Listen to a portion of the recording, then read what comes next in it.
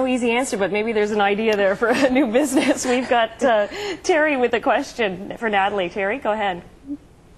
Terry, are you there? Yes. Hi, Natalie. Hi, Terry. Natalie, how did you become a sommelier? Good question. Good question. Well, I always say I come from a long line of hard drinkers, so I was just trying to make it respectable by writing about it. But I actually started, I took the sommelier course at Algonquin College here in town. It's an excellent program, and they have 5 levels. But the idea about to write about wine didn't come to me until I had our first son. And so I was on maternity leave. I wanted to do something from home. And I don't know what gave me the idea. I think sleep deprivation did. That I could actually write about this. But I loved wine. Picked up a food magazine. It didn't have a wine column. So I thought, I'm going to give it a shot. And the editor liked my idea. And it went from there. I had the confidence to keep writing and keep pitching other editors.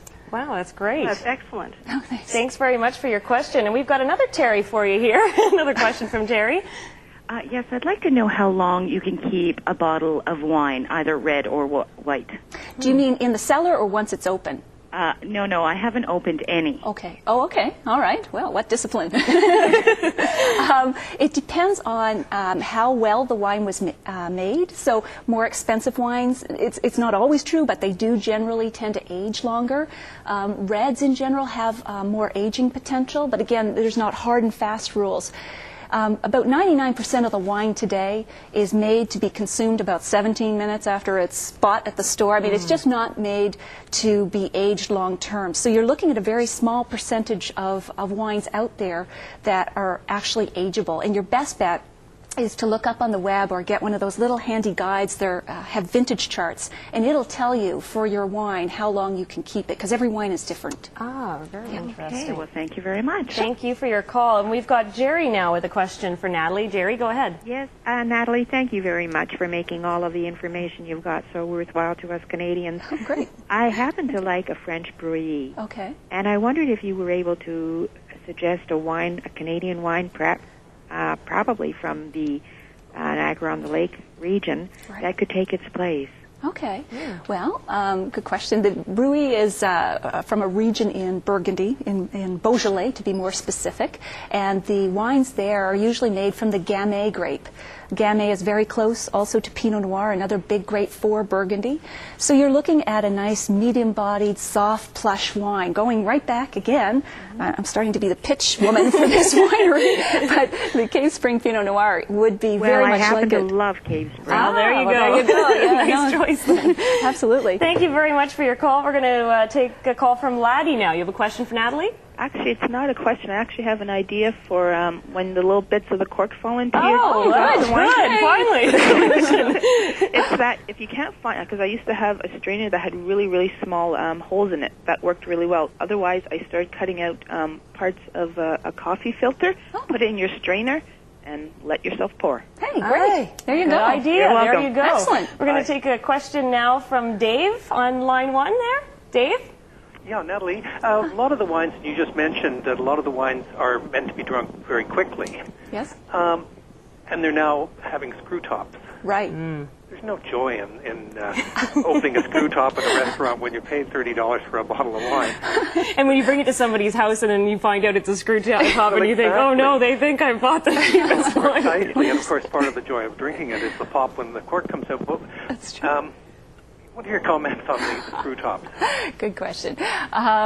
Well, I'm of two minds. I love the tradition of wine, the full sensory experience of pulling it out and hearing that pop, and all that goes with the whole cork thing. The other side of things is that 1 in 12, they say, 1 in 10 bottles of wine is corked. Cork taint, the way they wash the corks, they put a special chemical on it to cleanse them. High a percentage?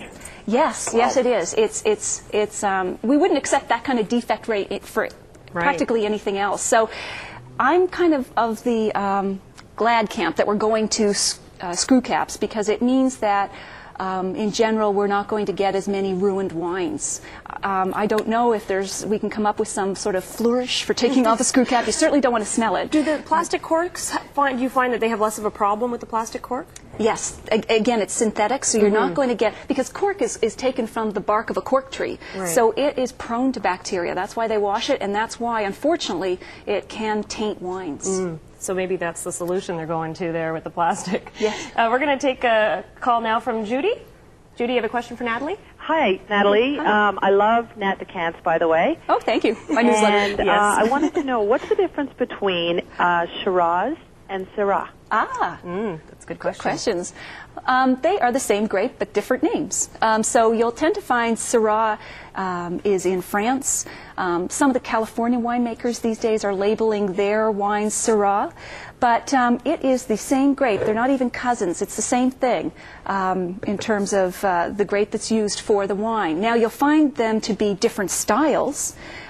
Because in Australia we tend to get really full-bodied, fruit-forward, juicy wines, whereas France is going to be more restrained, perhaps a little bit more balanced, but they're actually the same grape. I think the Australians were the ones who changed Syrah to Shiraz because it was easier to pronounce. Oh, there you go.